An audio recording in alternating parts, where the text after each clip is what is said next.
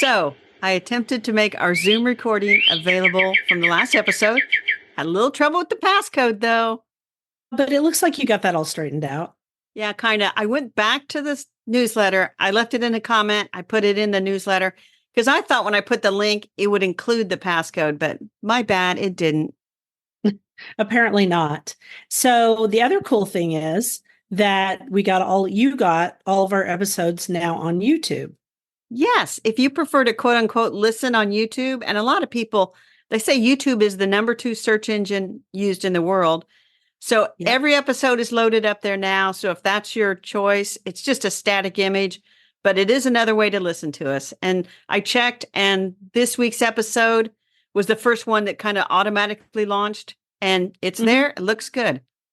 I'm always amazed at how well YouTube works. Are you going to share any more Zoom recordings? Because we had several people reach out, even though the passcode didn't work. Yeah, I looked, and actually we've had 4 people view it. So it doesn't, I mean, it's really just, I have to copy and paste the link into the newsletter. So you know what? If we look good, and I think we look okay. My hair's okay. It's not great. And you look good. You're going to the shrine today. So yeah, I have to go work today. So I'm dressed up. anyway, sort of. Sounds like a plan. So I think we look good today too. And I think we should get this episode started. please do. Welcome to the Garden Angelus, where we talk about flowers, veggies, and all the best dirt. I'm Dee Nash from Guthrie, Oklahoma, where I garden 1.5 acres out of 7.5 acres out in the country. And I'm Carol Michael from Indianapolis, Indiana. I have a suburban garden measured in square feet. It's about 1/3 of an acre. We call ourselves Garden Angelus because we are evangelists for gardening. We love gardening, and we want you all to love it too.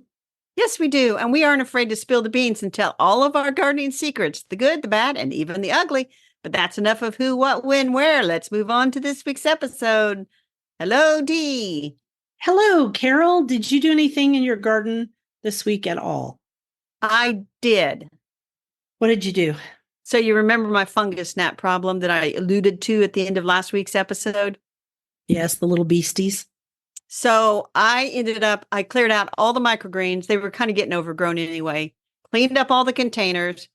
I got little empty yogurt cups with apple cider vinegar in them with little aluminum foil tops with holes punched in them. Still getting some. And so I eyed that amaryllis planter that I bought at Costco, and I thought, I think you are the culprit.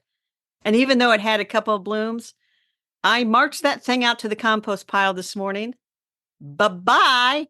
And when I tipped it over and then I looked back into the planter, I can see those little white, I think they're called nymphs. Didn't look that up for fungus gnats. And I thought, you are the bad boy. And if you weren't the bad boy, you at least were like setting up a condominium community for them. So anyway, but the good news is. So that brings us to something important about overwintering plants and oversummering plants. And I get asked the question, because I grow so many amaryllis, I get asked the question over and over and over again, do I oversummer them and then try to get them to rebloom for winter? I get asked this so much that I actually have a pat answer, and I just copy and paste. And my pat answer is sometimes. Because the truth is, they do attract fungus gnats, as do many plants, right? There's not any drainage in most pots for amaryllis, which also makes them a little more moist and crowded and attracts those beasties. And on top of that, sometimes I oversummer them. And then when I bring them in and do the whole closet thing, which is a lot of work, they still don't bloom. So my newest thought is no. And I threw all of mine away. I think I have one left. No, I have 2. I have 2 left right now. One's in the house and one's in the greenhouse. And they're both going to go too, because I don't want to say better things to do, but I have more things. How about that? Well, I have the 2 amaryllis that our friend Casey Elder Peters, who does our website, sent us. And those are in the bathroom. And I thought I was so clever to take some of the moss off the one from Costco and put it around that, make it all decorative. No. I noticed fungus gnats on that. That's what kind of made me think, And anyway, so I cleared the moss off that this morning. I've got a little container of the apple cider vinegar right there. And so I think I'm going to get those. I threw away that moss and I'm going to let that dry out. That amaryllis has got 2 big buds, but as soon as it's done blooming, I'm not going to keep it. But I Yeah. have a bunch of old amaryllis that I just keep in the sunroom, and they just have foliage, and every once in a while, one of them will decide to bloom, and so anyway. And you say thank you and go Thank on, you. right? Right. But the really exciting news. Oh, The really I see exciting your news. weather. No. Is that No. Well, is I have uh, listed all my seeds in a spreadsheet, and it was an eye-opening exercise because Yay. I suddenly, and well, you know what? Let's just do an episode next week and talk about what kind of seed craziness we've got going on for our vegetable gardens. Sounds good. Let's talk about crazy weather, though. 0 degrees on Sunday in the morning, Mm-hmm. high of 54 the other day. Been raining almost Yep. all the week. I'm out there looking for lawn crocuses in bloom, just in Gosh. case. But Just that's in enough. case. Enough of me. Yeah. Well, let's see what's happening in mine. Okay, so I just got all my seeds put away, except for my John Sheepers seeds came in, and we can talk about that next week. More of that. And I'm actually writing a blog post about all the seeds I bought for spring, and it's just about finished. And I went in, and I would finish today, but as you put in earlier, I've got to go to the shrine in the rain, which we are meeting indoors, thank goodness, because it's supposed to start raining here about noon and rain all day long. And that's good, except that the ground is already really wet, but we're really wet right now. We're having kind of a mud season, like Kathy does up in New York. Yeah, we definitely are having some mud right now. But anyway, We don't normally. let's talk about Let's play favorites. favorites. But before we do, Dee, what's in your teacup? I see Mm. you drinking. Just good old Queen Anne tea. It's delicious. So Or Emma Mason. I have a Choice Organics Mandarin Ginger Herbal Tea I bought yesterday at the store. It is delicious. Yeah. It's delicious. Not much into flavored teas, Mm. but I'm impressed. That one sounds good. I like mandarin oranges. It's very good. All right. So what's your favorite? So to do that blog post, I went back through some videos and photos to grab some shots. And I noticed 2 things that struck me. And one was I really love growing turnips. I know I've talked about it before, but turnips, it's a whole different animal if you grow it in your garden and harvest them when they're young, like about that big, which if we do the Zoom, people will know how big that is. What would you say? 2 inches, ball. maybe? Ping pong ball? Ping pong ball. Perfect. The ping pong ball. They're fabulous. And they're fabulous if you just steam them with butter. They're fabulous roasted. They're just fabulous. I also like to grow radishes, and radishes are really good cooked too, which I didn't know for years. And they're very mild if you cook them. So those are a favorite. And then I'll probably sow them this week outdoors because we're at the end of January. And sometimes I wait until the end of February. But I think I'm going to sow them a little earlier this year just to see what happens. And then the other thing was I found a screenshot of that Instagram post from Windfall Flowers way back at the beginning of September or end of August that made me fall in love with yellow and cream zinnias. And so I went nuts and bought like a lot of that color. I couldn't buy them from her because I think she's in Canada. I may have that wrong because I follow a lot of people on Instagram, but a lot of zinnia people. And so anyway, I was able with my friend Jennifer, who is Ladybug Flowers, to kind of replicate the mix by buying individuals. And so I'm going to do a post on that too. And All right, I will link to her post in the newsletter. Back up. What? Are you telling me you just recently ordered these seeds? No, I ordered them back in October or November. Okay, because I didn't want to say, Dee, you've really bought a lot of zinnia seeds. Did you need more? So I'm pleased to know that it was just a reminder of what you had bought last fall. All right, you can carry. And it made me very happy. See? Okay. Playing favorites. There you go. Okay, what is yours? So my favorite this week is over the weekend, I put together one of those book nooks, which is like a little room that you tuck into a bookshelf and it's got little lights and stuff. And so cute. It's so cute. It came out really nice, but the 2 lights, there's like a little lamp and a little ceiling light, which are little LEDs. I got them to light up like twice, and I think there's something wrong in the little box. It won't keep the batteries connected. So yeah, it's on my shelf. It's very cute. and the one I picked out was a little greenhouse room. And so it's got little plants and gardening books and a little shovel and a little spade. And it's really cute. So that was like my a little favorite. 3D puzzle, right? Yeah. I put a reel out on Yeah. Instagram. I'll link to that so people can see what it looks like. Cute. All right. I'm going to do a quote and take us into flowers. All that we behold is full of blessings. William Wordsworth.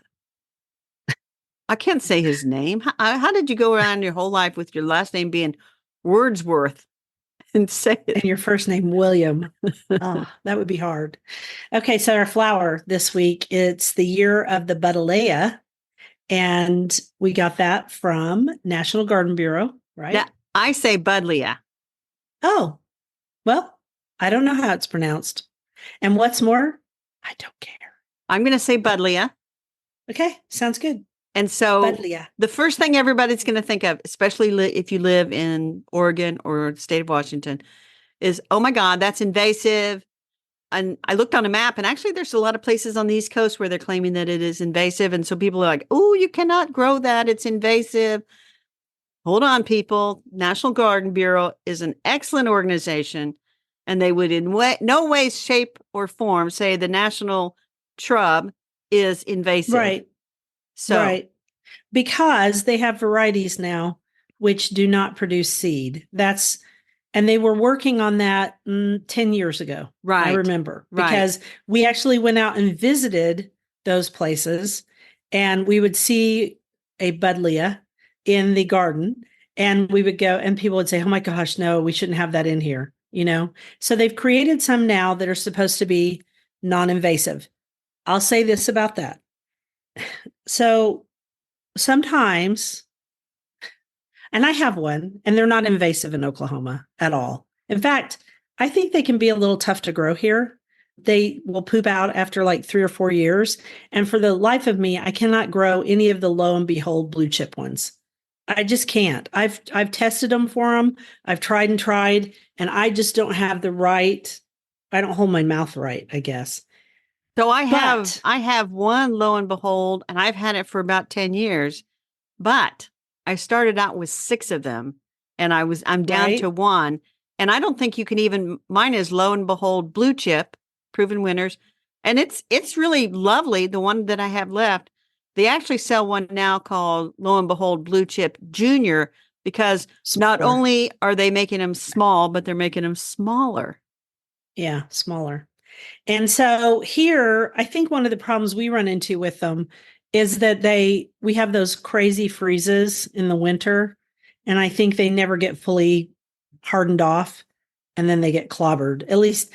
And I have one out there right now that I bought last spring and put next to when I did Color Crush, and I was going to look it up and I forgot to, but it doesn't matter because there's a bunch of them out there. What I was going to say is, remember when the Bradford pear was thought to be, didn't produce seed and everything, and then it mated with the calorie pear, and now we have stupid pear trees everywhere in the woods?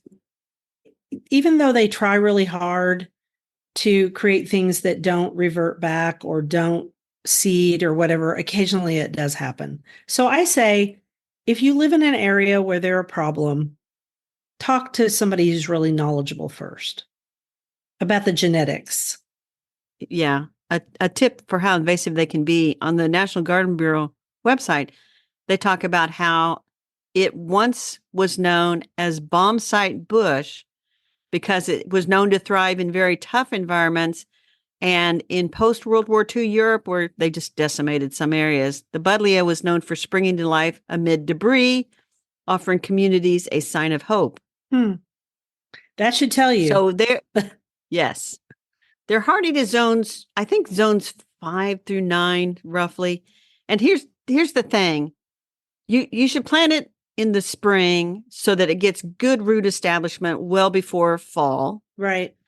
And then if you're concerned about it being invasive or whatever, it would be easy to snip off the flowers and throw them away. In a plastic bag.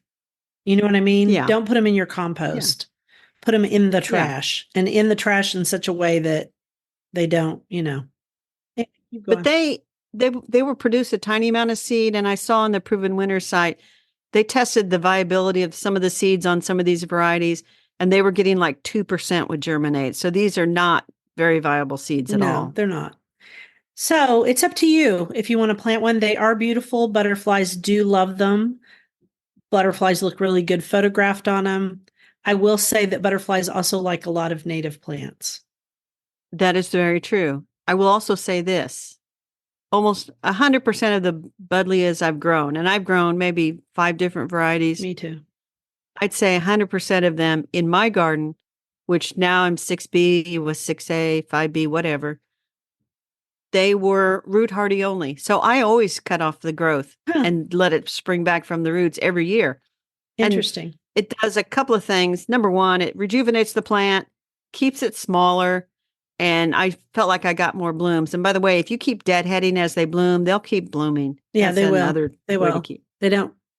In fact, yeah, they just bloom and bloom and bloom. So that's why people love them, and I can see why. Now, 2 last things to say. Mm-hmm. Don't look at the National Garden Bureau site if you don't want to see Gold Drop, which has golden foliage. And that one looks really pretty. And if you're into gold foliage or you want to stand out something that like glows in the garden, Gold Drop's your shrub. People from Oklahoma, I have a feeling Gold Drop won't like it here. Just only a few things like sun and our gold foliage here. Few shrubs. Sorry. I think it would like it here, but I think it would. Probably. I think I would end up cutting it back every year. Probably. And then the last thing I was going to say, I cannot remember because, I'm getting older like that. You were going to talk about this, the fact that they call it summer lilac, but it has no scent. That's what I was going to say. It's in the show notes. I should go back to the show notes. Yeah. To get around that, because everybody in Oregon and Washington knows that Buddleia is invasive. Don't plant Buddleia. So they market it as summer lilac, which I don't know if that's deceptive or what. Mm-hmm. It is not a lilac, and it would never have the scent of a lilac.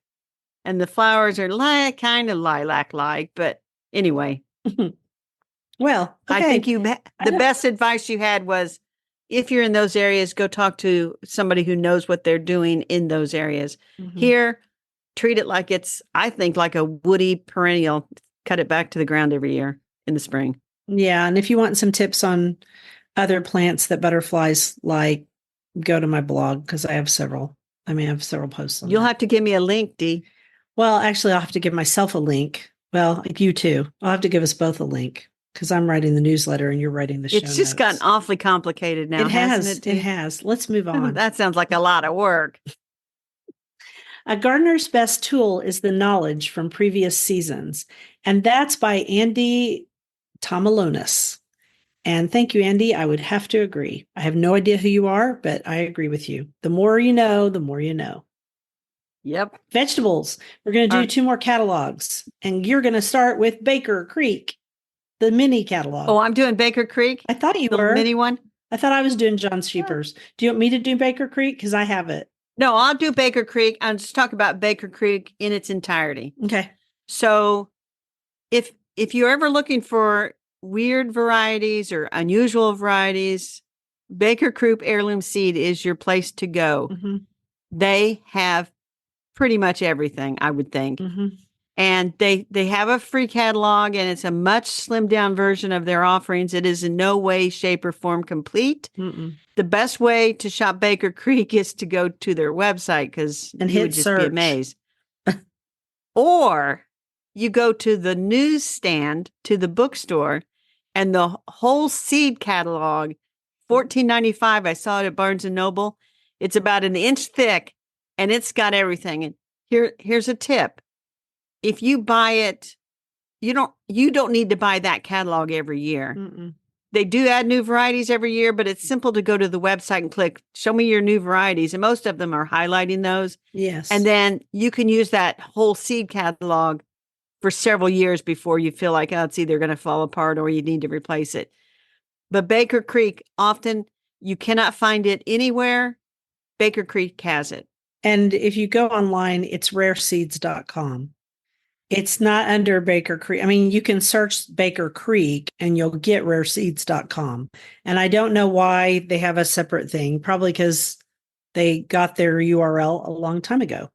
And they've had several iterations over time too, because they bought Comstock. They've done a lot of different things over the years. I don't own the whole seed catalog anymore because I'll just go online and look it up. I'm not paying $14.95 for it. The other thing is they have free shipping across the US. It's right on their website, which is kind of, if you're going to buy a lot of seeds, shipping can really, it can be expensive. Shipping's outrageous right now.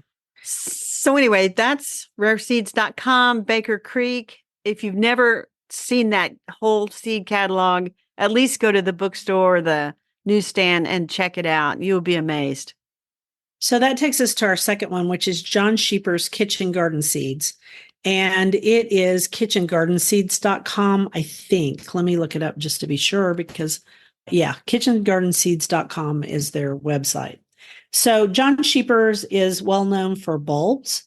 I don't think they're as well known for their kitchen garden seeds, and yet they have some really great ones. And I get the catalog every year because I buy bulbs from them almost every year. I like their quality of bulbs. And also Van Engelen is their wholesale site. So sometimes I buy from them. Right. It depends on how many I need. All right. So again, their stuff is also weird. I mean, and by that, I mean the best thing ever, right? Because I love weird. And weird in the garden is one of my favorite things. They do focus mostly on vegetable seeds. And then if you go, like they've got, let's see, 1, 2, 3, 4, 5, 6, 7, 8, 9, 10, 11 varieties of eggplant. 11. That's a lot.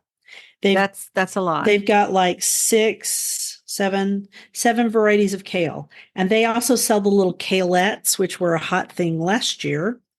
They have a lot of onions. You can buy both onion sets or onion seeds. They have shallots, garlics, leeks, lots of peppers. I mean, peppers have just exploded, don't you think, Carol? They have. There's just so many varieties out there. So many. And people are more interested in peppers in the United States than they once were. And so now we can get peppers. I remember when you could just get bell peppers, and now you can get, sweet Italian frying peppers, and you can get lots of spicy peppers and all different levels of spice. But they have a lot, and they also have a lot of potatoes. But one thing I wanted to focus on is that they have a whole section on festive fall accents, where you can grow things like money plant or ornamental corn or ornamental kale or gourds. So they're getting into the decorations for fall. And then they have a lot of herbs, and they list them both medicinal and also ornamental. And then you get to the flowers, and there's lots of different flowers, but one in particular I was thinking about, and I need to look at my notes just to be sure. I was thinking about Dusty Miller. Okay. And I am not a huge fan of Dusty Miller. In fact, there's an old blog post where Claire fell in love with Dusty Miller. This is how old that post is. Claire was a little bitty kid, and she's now 24 or 25, something like that. Anyway, and I was talking about how much I hate Dusty Miller, but because she loved it, we planted it. However, there is a Dusty Miller I really do love, and that one's called Silver Dust. And the only places I know of that you can find silver dust, I think it's seeds, is Kitchen Garden Seeds, John Sheeper's. And also you can find it at Johnny's Selected Seed. They have it too. So it's a great little catalog. If you've ever bought anything from them, they send it to you. It's pretty. They have a news section like everybody else. What else do you want to hear about it? Anything? Well, I'm looking at my version, and I would say this is not full of glossy colored pictures. They have some line drawings in here. A few of them are colored in. But they do, which is very nice, they do tell you how many seeds approximately you're going to get in a packet, which is nice to know, because if it's not very many seeds, maybe you're going to have to buy 2 packets, that kind of thing. So sure, it is nice that they do that. And I just found 2 tomato varieties that I thought the other day after I listed my seeds, I'm like, oh, I need red currant and I need sun dipper. And they have both of them. There you go. And I just thought of it because you said that. I'm looking for a cherry tomato that is extremely sweet, like the sugar bombs, and I have yet to find it yet. So we'll see. They also they have unusual stuff. Like they have ground cherries, celeriac. They have a lot of things. So kind of a fun catalog, fun to go through. I'll show you all the seeds I bought and I repeated some, which is funny. Look at all this, Carol. So Dee is now holding up, for those of you who won't watch this video because I might not show it. There's like a dozen seed packets in her hand because that's crazy. Because I'm crazy. But I'm pretty excited about the turnips de Moulin Rouge. Actually, it's Milan Rouge. They've spelled it differently. So, and I know how this happened. It was because I was going to grow those little lettuce heads for Bill. And then I got into the dang website. And the next thing I know, bam, bam, bam. Well, and I need red onion seeds too. And they have red onions. So as soon as we finish this episode, never mind. Let me do the next quote. You may have tangible wealth untold, caskets of jewels and coffers of gold.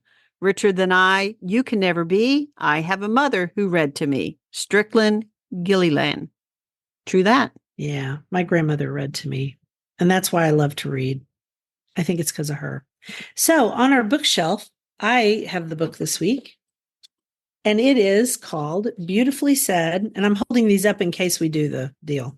Beautifully Said, Quotes by Remarkable Women and Girls Designed to Make You Think. And it is actually, I think it's just edited and it's put out by, it says Quota Bell, which get it, like Quota Bowl, but female.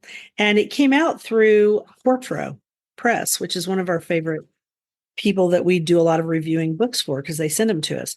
But there are just some wonderful things in this. It's on one side is the quote, and on the other side, it tells you about the person. So it's really, really cool. Like, here's one. Don't sit down and wait for opportunities to come. Get up and make them. That's by Madam C.J. Walker. And she was a cosmetics entrepreneur. And she was also the daughter of slaves. And so it has a little history of her. And she started a world famous cosmetic brand with $1.50 in startup capital and door-to-door sales of her own hair care formulas. Isn't that fascinating? That is. Anyway, it's just really, really cool. I pulled up bookshop.org because I'm like, I might need that on my bookshelf. And they say the publisher is a company called Rock Point. I wonder if that's an imprint of Quarto. It might be. I just looked at the little deal on the inside and it said Quartro Press. 2017 is when it came out.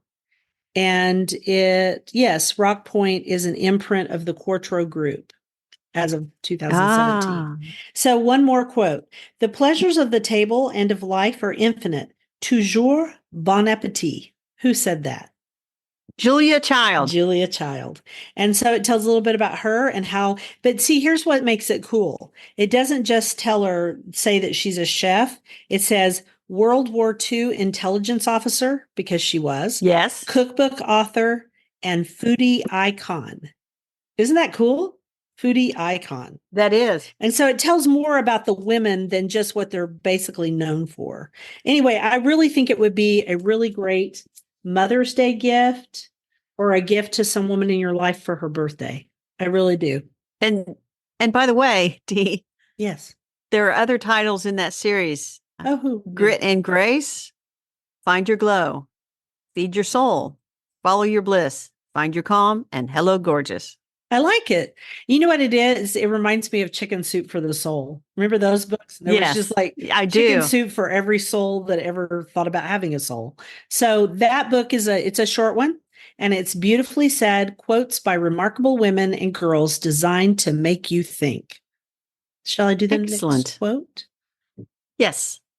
The answer is never the answer. What's really interesting is the mystery. To seek mystery, evoke mystery, plant a garden in which strange plants grow and mysteries bloom. And that's by Ken Kesey, which I'm really surprised that Ken Kesey wrote that quote, but okay. I don't even know who that is. So he was a writer, and I want to make sure I'm getting him right because I am so bad with names. But Ken Kesey, yes, it's exactly who I thought it was. He was an American novelist, essayist, and countercultural figure. So he saw himself as a link between the Beat generation of the 50s and the hippies of the 60s. And he wrote One Flew Over the Cuckoo's Nest, which I actually have read. I have not just watched the movie. So I'm surprised. I wouldn't have thought he was a gardener, but maybe he was using the metaphorical. In any event, he's right. It is the exciting part, the mystery. So that brings us to our dirt. It is very mysterious. It is. So in my feed, news feeds and different things, it keeps coming up that the 13-year and the 17-year cicadas are both coming out this year. And that's like some big rare event that happens once every 200 some years. And so Right. everybody's like, oh my gosh, there's going to be billions of these things all at once because the 13-year and 17-year. And I'm like, wait a minute. They do hibernate in the ground for 13 years or 17 years, but we do see them most years. And so why is it a big I see deal? cicadas every year. So you went and looked up some more information on it, and I thought that was pretty impressive. So I'll tell you two things. Cicadas are grouped into roughly 15 broods. There are 12 broods of 17-year cicadas, 3 broods of 13-year cicadas. Each brood comes up in a different year. So if you live in an area with cicadas, like I do, and you do, you rarely have a summer without them. Right. And then there are also annual cicadas that come out every year, which, of course, I see those all the time. I do too. So why is this? Otherwise, cicada killers wouldn't have anything to eat. Yes. So I'm going to link to an NPR article because I was trying to find one where it's like somebody that cited resources. Right. And here's the kicker. While the 2 broods this spring will mostly be separated by time and place, so it's not like one day they both come, they will overlap for several weeks in Illinois. Oh. And according to this guy who's an entomologist, and he says this overlap could result in some Illinois residents hearing all 7 species of the 2 broods, and that's where I got confused. There's 7 species of the 2 broods, all singing their cacophonous mating calls together. But it's an extremely rare opportunity for the 13-year and the 17-year to accidentally crossbreed, which could produce a new brood. And it's a big deal in the insect world. That's all I've got to say. Oh, the entomologists are all a Twitter, aren't they? I don't know if they're all a Twitter, but they are certainly paying attention. All a buzzing? Yeah. And there's a cicada website, and I think we linked to this back in 2020. And it hasn't really been updated much since then. I forget what it's like, Cicada Watch or something like that. And it's where people would post where the cicadas were emerging. So anyway, yeah, the news is out there. And you know what likes to eat cicadas as they emerge, right? Dogs. I'll tell you. Huh? No, what? No, copperhead snakes. Oh my gosh. So in Oklahoma at nighttime, because they tend to emerge more, it seems like, in the evenings, on the snake page, the Oklahoma Snake Group, which is on Facebook or on YouTube, you can go look it up. There are tons and tons of videos of people showing copperheads going after the cicadas because they emerge from the ground and climb the tree. Yes. And then you find their little deal, their little husk. Well, they are apparently caviar did I sell them to copperheads, not cottonmouths, copperheads. So needless to say, I don't go out at night and stand beneath the tree and watch this. It's just not my thing. And one more thing about this that I thought of as you were talking. I was in North Carolina when the 17-year brood, I was actually in Asheville, and I was at the Biltmore House. And it is loud.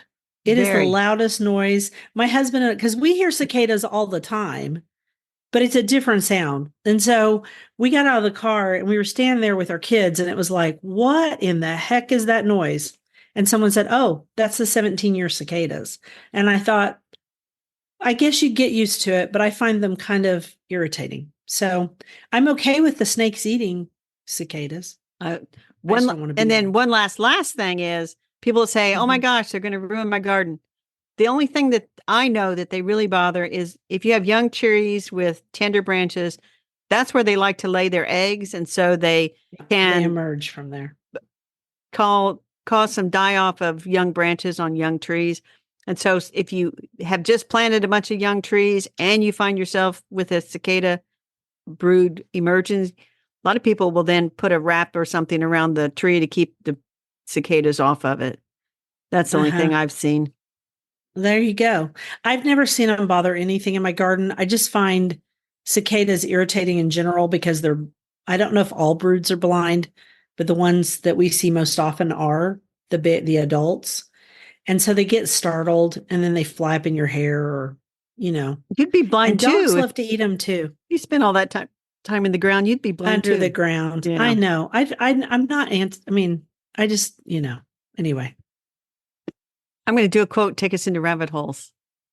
Sounds good. Look at everything always as though you were seeing it either for the first time or last time. This is your time on earth filled with glory. And that is Betty Smith in A Tree Grows in Brooklyn.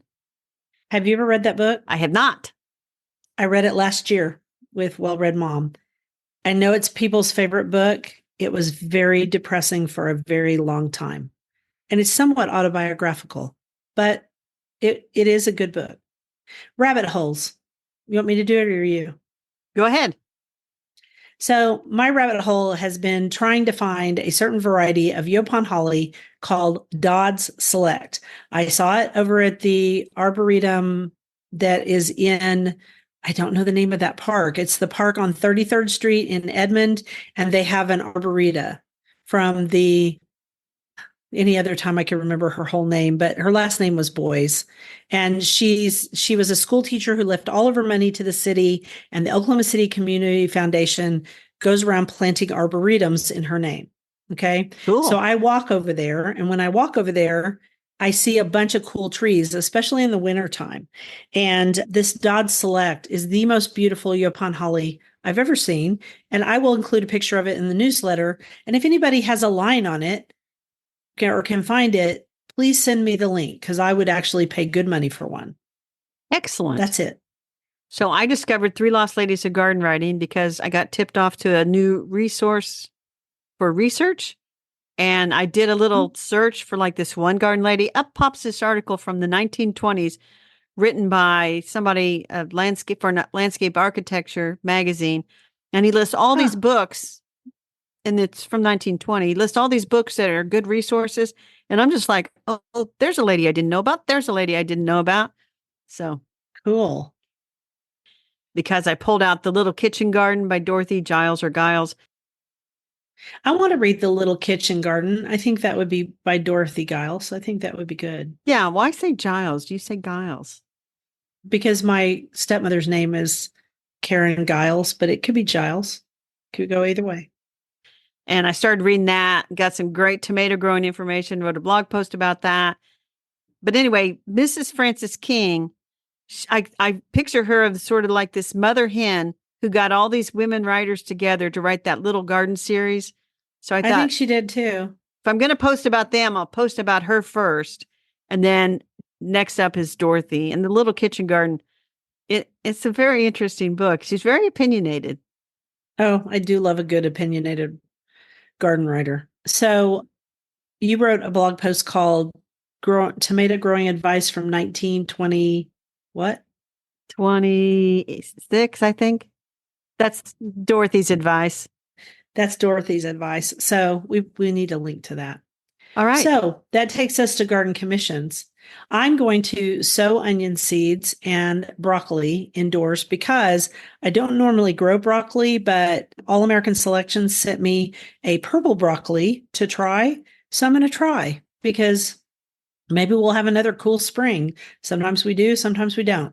And then I'm going to start my turnips and my radishes outdoors this week, maybe. We're supposed to be in the 60s all week, and we're going to be very wet. And so it might be just the perfect time. And I'm probably going to put my sweet peas out there too. This is a little early, but for some reason I want to try it. So I won't put all my seeds out, but Lord knows I have a plethora, so I'll be okay. Really, the precious ones are the broccoli because there's not very many. So I got some of those same broccoli seeds. I think I'll wait about a week or two after you to sow mine. Mm-hmm. But I am going to go ahead, now that I've identified the culprit of the fungus gnats, I think in a few days I'm going to go ahead and sow more seeds for microgreens. Tend to all my house plants, just kind of make sure that they're not getting infested. I do need to, quote unquote, finish buying my seeds. And John Sheepers has got 3 of the ones I need. So I bet you find more. Maybe. Anyway. I'll rattle them. Now, Lego came out with a new botanical collections kit. This one is the Dozen Roses. Uh-huh. You're trying to get me to buy it. I was at Costco and I always go by the books, and I thought, I wonder if they'll have any Lego kits. They had a whole palette of these rose kits. And I'm like, ooh, those are on sale. It would be wrong not And to it was buy your it. birthday. It was birthday week. It was your birthday. It was birthday week. Birthday week before. That's right. Birthday week happy after. birthday. Birthday Everyone week. tell Carol happy birthday. So I went ahead and bought that. So I think I'll put that together this weekend. I'll take pictures and make another reel of it. I like to put things together. What can I say? I do too, especially in the winter. And it was a big birthday. Yes, I am now officially a senior citizen. I'm 65 and I go around asking, do you have senior discounts? Do you have a senior discount? What are you doing Might to as help the well. elderly? Me. All right. I think that's it, Dee. We've covered all of our topics. So I'm going to wrap this up or start the wrap Good up. deal. Thank you for listening to The Garden Angelus. I hope you've hit that subscribe button so you don't miss a single episode. We publish every week on Wednesdays at 12 a.m. Eastern Time. And if you listen to Apple Podcasts, we'd love a 5-star review. They do not make it easy for you because one of our listeners who I dearly love, Sharon Lovejoy, she asked me this week and I was like, this is how you do it. And it's not easy. But if you decide to do it, it helps us get noticed by others. Could you also share our podcast with your friends? Word of mouth is still the best way to get the word out there. And be sure and check out our show notes for links for more information about today's topics, plus links to our own websites. And subscribe to our Substack newsletter, The Garden Angelus at substack.com, also linked to in our show notes. If you do, you get to listen to the podcast a day early. And if you want to help support us, use those affiliate links. If you buy something after clicking through on them, we earn a small commission and it costs you nothing. Or you're welcome to set up a monthly subscription through Buzzsprout or make a one-time donation through PayPal. We really do appreciate it. And thank you to everyone who has done so. It was lovely to chat with all of you over the Garden Gate. Bye until next week. Bye, everybody.